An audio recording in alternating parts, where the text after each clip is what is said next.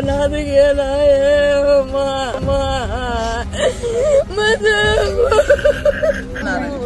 दिवसात समजा घरातले गेले कुणाची कुणाला नका साहेब घरातल्या घरातच गेल्या माझ्या पाणी इतकं आलं मला उचलून आणले म्हणून वाटलं नाही. नमस्कार मंडळी, खरंच मन हेलावून टाकणारी बातमी नांदेड जिल्ह्यातून समोर आली आहे. मुखेड तालुक्यातील हसनाळ गावात कालपासून सुरू असलेल्या पूरस्थितीमुळे जीवितहानीची फार मोठी बातमी आहे. काल तिथं 3 महिलांचे मृतदेह सापडले होते आणि आज आणखी एका पुरुषाचा मृतदेह मिळाला आहे. म्हणजे आतापर्यंत हसनाळ गावातील मृतांचा आकडा 4 वर पोहोचलेला आहे. कल्पना करा, एका दिवसात 4 संसार उद्ध्वस्त झालेले आहेत. यावेळी मुखेड तालुक्यात वेगवेगळ्या ठिकाणी एकूण 9 जण वाहून गेलेले आहेत.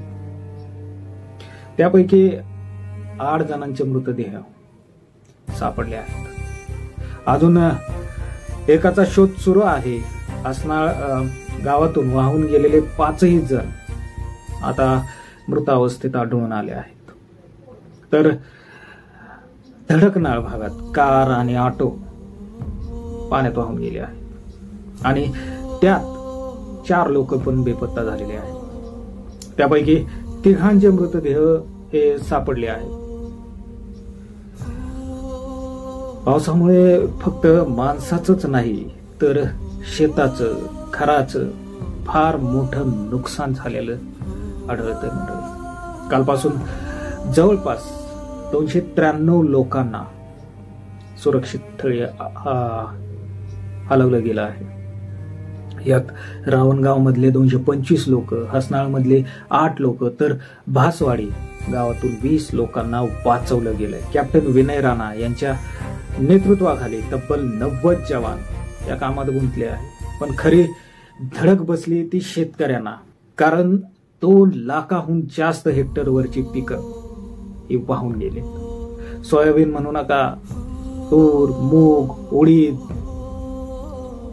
शेतकऱ्यांचा हाच पोटापाण्याचा आधार होता आणि तो डोळ्यात देखत पाण्यात वाहून गेला. जवळपास 3.5 लाख शेतकरी या पुरामुळे बाधित झालेले आहेत. एका बाजूला सरकारने शेतकऱ्यांना पूर्ण कर्जमाफी न दिल्यामुळे आणि दुसऱ्या बाजूला नैसर्गिक संकटाने खरोखरच शेतकऱ्यांचं कंबरड मोडलंय. फक्त शेतीच नाही तर घराचेही धक्के शेतकऱ्यांना आता बसले.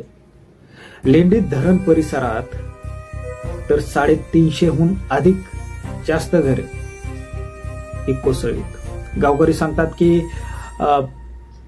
3 दिवसापासून त्यांना अन्न पाणी सुद्धा मिळालेलं नाही. म्हणजे विचार करा की घरं उद्ध्वस्त झाली, शेती वाहून गेली आणि पोटभर अन्न सुद्धा नाही. याच परिस्थितीची पाहणी करण्यासाठी आपत्ती व्यवस्थापन मंत्री गिरीश महाजन गावाला गेले होते. त्यांनी मृतांच्या कुटुंबियांना भेटून आश्वासन दिले की सरकार प्रत्येक कुटुंबाला 5 लाख रुपये मदत करेल. तसेच सिंचन विभागातील अधिकाऱ्यांची देखील चौकशी होणार आहे.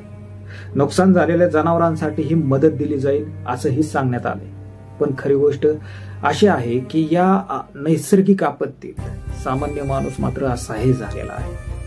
एकीकडे हातातलं पीक गेलंय, दुसरीकडे घराचा आसरा गेलाय. मंडळी, ही परिस्थिती खरंच काळजाला चटका लावणारी आहे.